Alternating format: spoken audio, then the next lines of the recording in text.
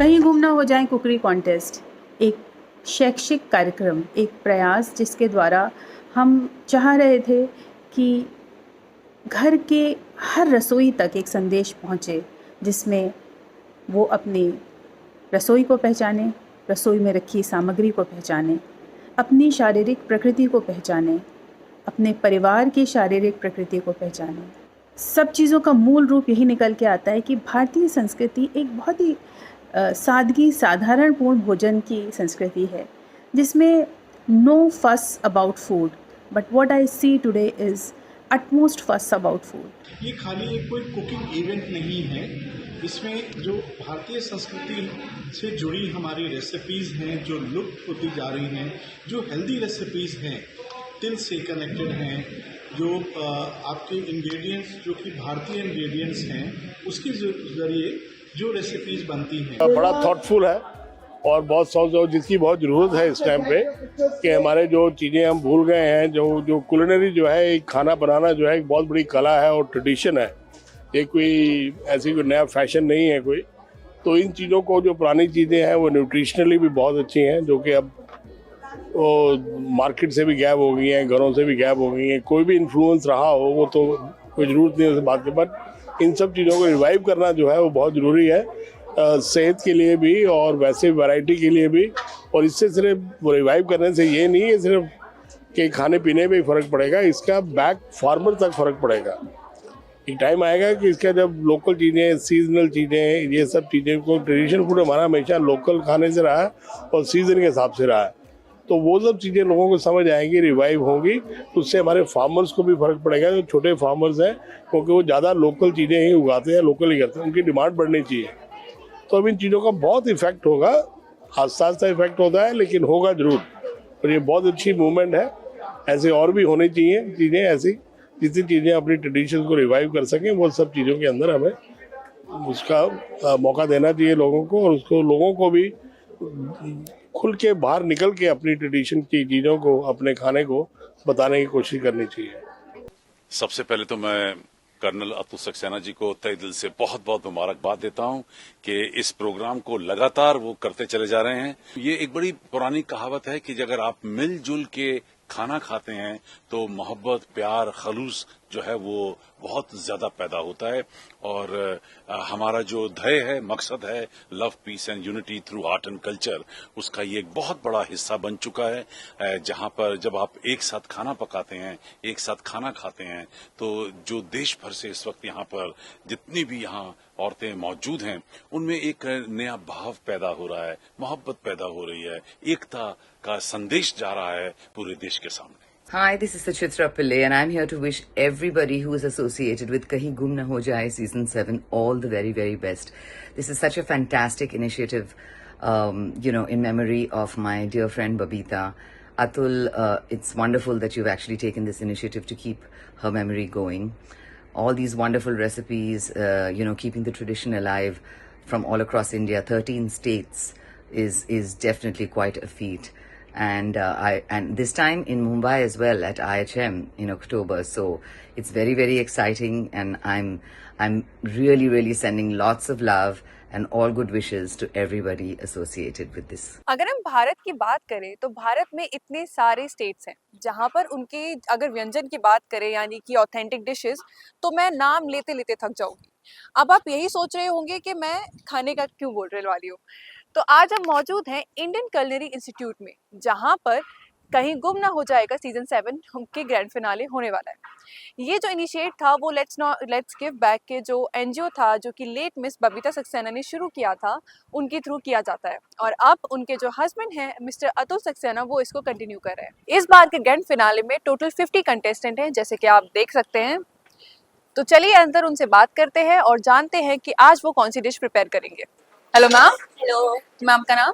रजनी शर्मा। तो मैम आप क्या प्रिपेयर कर रहे हैं आज मैं बना रही हूँ कच्ची हल्दी का हलवा, और मैं जम्मू से हूँ तो कीम बनाना तो मेरा आज बनता ही है जी। तो आज मैं कच्ची हल्दी का हलवा और जम्मू स्पेशल कीम बनाने जा रही हूँ। What's your good name? Priyanka. तो मैम आज आप क्या डिश प्रिपेयर कर रहे हो? आज मैं बना रही हूँ पंजाबी कुजीन बना रही हूँ। इसमें मीठे में बना रही हूँ गन्ने के रस की खीर, और नमकीन में बना रही हूँ मोट की कड़ी। ओके मैम, तो ये proper authentic Punjabi food this is proper authentic और इसमें इनोवेशन है कि आई विल बी मेकिंग गुड़ की कुंगरियाँ साथ में बनती हैं, तो वो उसके साथ ऑथेंटिक रहेगा। Good name. जया भारद्वाज। तो मैम आज आप कौन सा स्टेट रिप्रेजेंट कर रही हैं और कौन सी डिश प्रिपेयर कर रहे हैं? हिमाचल में मनाली को रिप्रेजेंट कर रही हूँ और वहीं का मैंने ट्रेडिशनल फूड लिया है सिड्डू, और वहाँ जो गेहूं को भिगाकर जो सुखाकर बनाया जाता है ना शीरा, तो शीरा बना रही हूँ, सिड्डू बना रही हूँ। शुभम देसाई।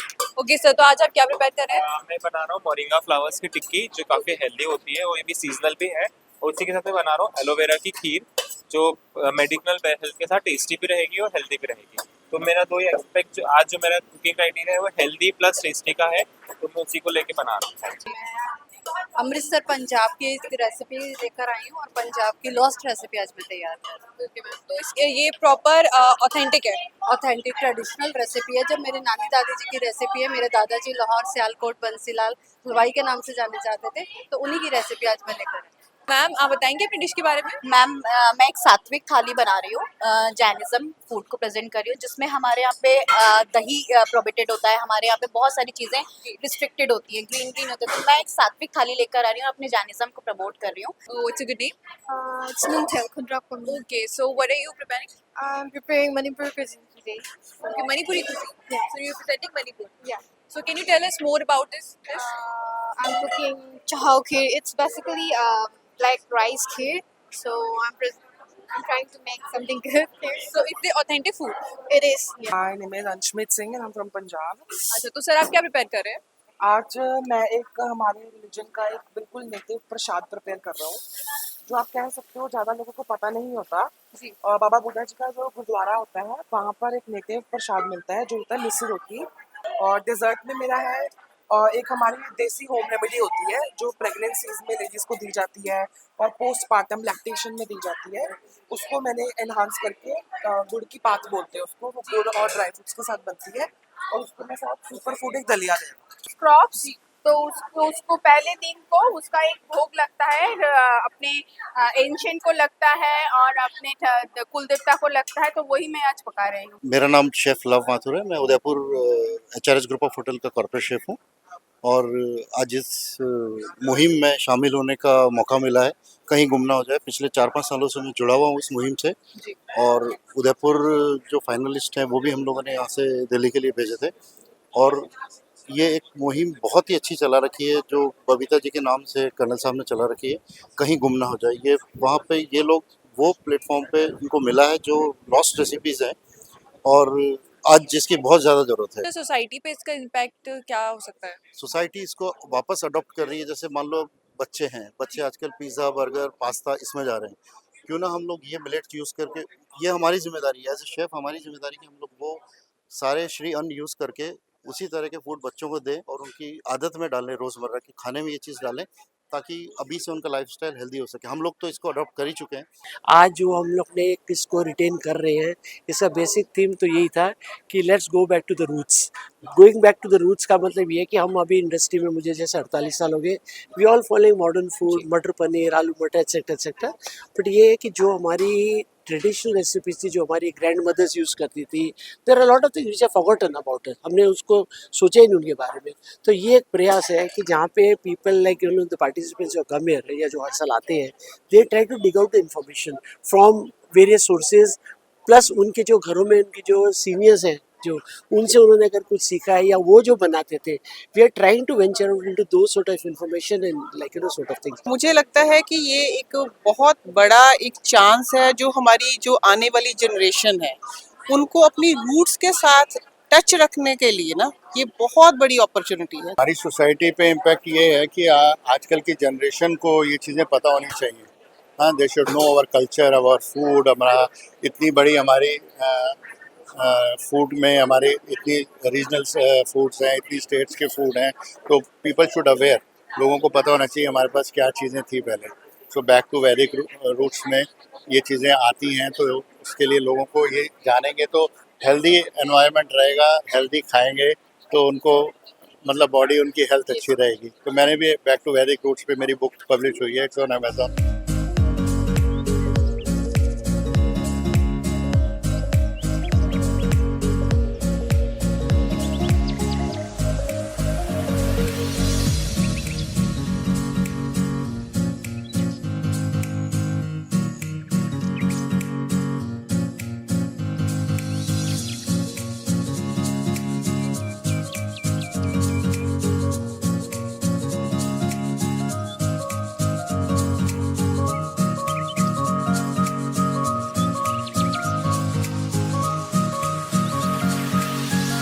हमारे जो पार्टिसिपेंट्स हैं इतने हुनरमंद हैं, इस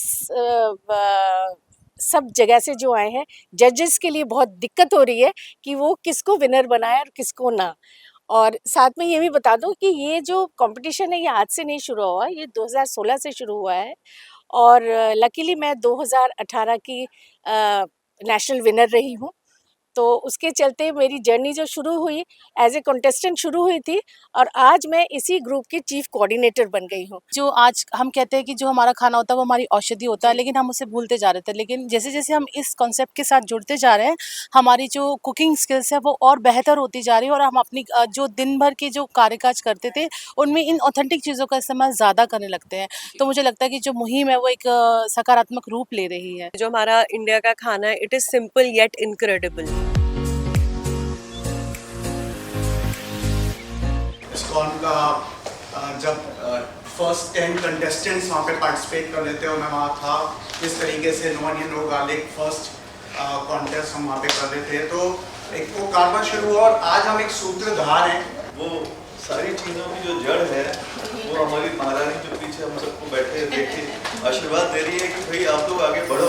उनकी एक बात जो थी कि मैं ना रहूं लेकिन मेरी चीज़ें हमेशा आगे तक याद रखी जाएंगी और वही हो रहा है। हम आज मतलब वो जो फैमिली छोटी स्टार्ट होती है और फिर वो बढ़ती चली जाती है, हॉल कम पड़ रहा है, हम सब देख रहे हैं ना। आई एम श्योर हम नहीं भी रहेंगे तो उनकी जो बातें हैं वो आगे बढ़ती चली जाएंगी और वो एक अच्छी चीज़ हमेशा फैलती है।